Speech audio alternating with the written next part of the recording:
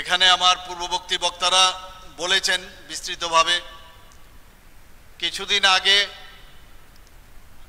আপনারা শুনেছেন যে ভারতীয় জনতা পার্টির ন্যাশনাল পার্টিকে নাকি এডিসি এলাকায় ঢুকতে দেওয়া হবে না। প্রায়শ হুমকি ধমকি এগুলো কিন্তু আমরা শুনি, কিন্তু আমি একটা কথা বলছি, যত হুমকি ধমকি দেবেন তত বেশি আমরা আরো শক্তিশালী হব।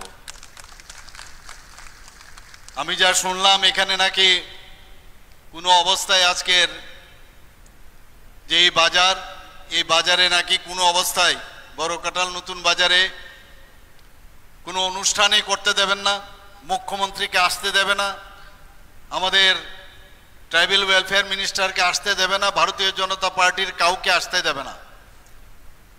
এই জায়গা কারোর নিজস্ব সম্পত্তি নয়, এই সম্পত্তি সবার। যে কোনো ব্যক্তি যে কোনো জায়গায়, আর বিশেষ করে যে কোনো পার্টি যে কোনো জায়গায় যেতে পারে, কিন্তু গায়ের জোরে ভয় দেখিয়ে নানাভাবে